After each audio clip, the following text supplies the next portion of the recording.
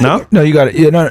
You don't like that joke or no? Yeah. It's like it's Him Halloween. being It's Halloween, not opposite day. Bro, That's what. funny. All right, cool. Yes, sir. All right. Number 3, guys, is having a plan of action for your money to follow once you get it. So imagine you did the first 2 steps. You got 2 or 3 jobs. You're working on yourself, becoming successful, making some money. And as well, you didn't waste it on drugs, on girls, or drinks. Now you're making maybe like 20, 30K extra. You got money in the bank. Okay. Big baller now. The problem is, though, when it comes to the money coming in, I'm telling you, bro, I did it myself too. I got friends that did it as well. Without a plan, where to put that money, it can be tough. And I'll tell you this right now. If you have money without purpose or direction to go in, the money's going to go elsewhere really fast. Ask any athlete or celebrity, someone that won the lotto, to get a bunch of money, and before you know it, it's gone in an instant. So you need a budget, no matter who you are, where you're at. And I'll say this, a budget that you can follow is just you saying, here's my bills, here's my expenses, here's my income. All this together, you could do either 2 sides of this column or 3. But just keep it simple, expenses and income. And then from there, you can see your actual income every month. Because remember, don't forget, your salary itself, you might get 2, 3K, but minus expenses is what you really have in your hand at the end of the month.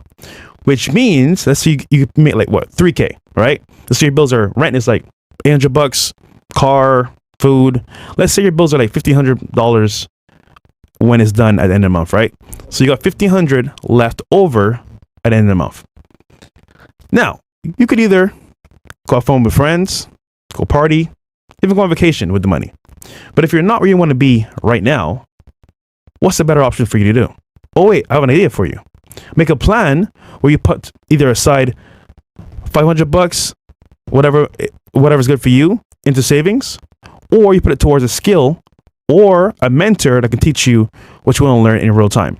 Because what happens, guys, is that we're not getting any younger. We're getting older every single day, and the money you're making right now will lose its value with depreciation and inflation as well. So I think for most people here, if you have a plan of action, you could do a written budget or online budget. There's also Mint.com. Mint you can use as an app you can use to monitor your actual like income and accounts. But I recommend writing it down so you can see it in real time, because guys, it hurts, man. It hurts. Seeing your actual income at the very beginning, writing it down, it stinks. I'll tell you this, man. I did that for the first time. I was like, I'm making what, $30 a week? You guys saw that Grant Cardone video. That was actually real. And it hurt because I'm seeing in real time what it is I'm actually making. But once you get the money, you have a plan of action, then you can use it correctly at that point. Because hold on, if you look at it from a standpoint of like budget and over a period of time, if you budget correctly over a period of time, you're going to have success in many factors. Savings, either a property or asset, or maybe even a skill that you learn. First is you just make money and you just spend it. You don't know where it's going, and there's no real value to it at the end of the day. So all in all, guys, you need a budget no matter who you are at the very beginning, at least. So you have that foundation set. And then imagine you make like, what, 50K extra one a year? What are you going to do with the money? Waste it? Or put it towards a property, a skill, whatever that may be. Have a plan of action for the money at all times. So we're doing budgets and understanding. Yeah, no, of course. Look, man, guys, when it comes to and a lot of guys have, some of you guys even contact us like, hey, what should I do with the money? I have this much saved, I have that much saved. I think the first thing that you need to focus on doing is like building up that 6 months of reserves, right? Once you have that 6 months of reserves where, let's say you were out of your job, you lost your job, so you get sick, something like that, you could take care of yourself for 6 months to 1 year, right? Once you have those reserves built up, then you could take the money out outside of that and go ahead and put it into some type of investment, whether it's cryptocurrency, real estate, stock market, index funds, whatever it may be. And that really depends upon you, because everyone is different. Everyone has different risk tolerances. Some people are very risk tolerant and other people are more risk averse.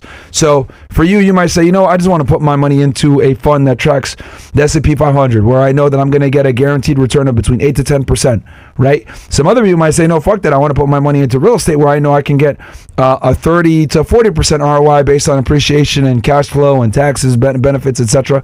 And then some people might say, you know what? No, I'm really risk tolerant. I'm going to put my money into cryptocurrency, right? So it really comes down to how risk tolerant you are. The point is that we have videos on all that stuff, so you guys can kind of make the proper assessment. But what I think you should do is be in all of them.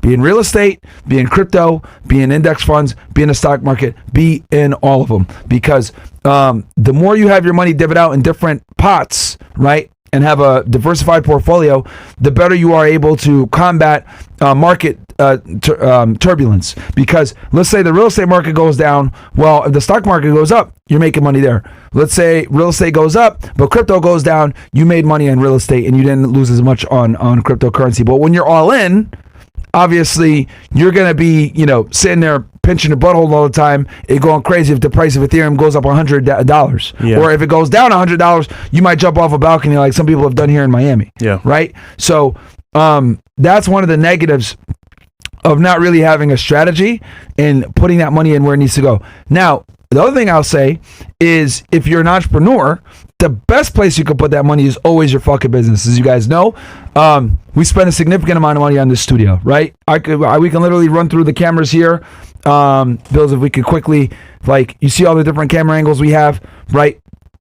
We have 16 different camera angles, guys, right? We're using really expensive Sony cinema cameras, right? If you guys are watching on Rumble right now, if you are watching, actually, open up a tab on Rumble, guys, and watch it. You can watch this in damn near 4K on Rumble, right? And you'll see the power of these cameras. And the reason for that is because I said, you know what? If we're going to run a podcast, we need to do this right. We need to do this at the highest level possible. And that's a big reason why we were able to kind of come into the YouTube thing. By the way, we just had our 4-year anniversary not too long ago. It was 2 days ago. It was 2 days ago. October 26th. Yeah. 26 was our first episode. Oh, October 26th was 4 years, guys, on YouTube officially as of 2 days ago. So, and we're still here for now, despite everyone talking shit and trying to get us taken down. We're still here. That's what the haters say for now. So, and the reason for that, guys, why we're able to kind of come into YouTube and just take over within 4 years, right, and doing a massive amount of growth in a short period of time, is because we came in. We put our money where our mouth is. We invested in high quality equipment from the beginning, and we just focused on always scaling up and doing better. Now we pretty much, stabilize when it comes to the content the quality of cameras and stuff like that, and audio. We make upgrades here and there, but in general, we have we have the best of the best right now. So you need to have the same mindset where whatever your business is, invest in your business, guys, because if you invest in your business, that's going to allow you to make more money down the road. Also, he's speaking about opportunity costs. Imagine you have a lot of opportunity in front of you, but no money to invest. It's almost like if you had a chance at life to really excel and do better, but you didn't have the money to employ these tactics or, for example, these strategies to make it happen. So even with the podcast itself, we were able to get a studio pretty quickly at the very beginning, and as well get equipment right away because money was there from Myron's account that helped us push towards that goal. So again, when it comes to actual budgeting opportunity, if you have that money in hand, opportunity comes up, you can use it to your advantage to make it happen in real time. But on the other hand, if you use the money incorrectly, you go gambling, you go partying with friends, you go on vacations, then money's going to be used in a bad way where opportunity costs are going to be at an all-time high, because at that point the money can be used better to help you move forward in your business or, for example, your career. So either way, use it correctly, budget the money, and be smart about how you use it. Cool.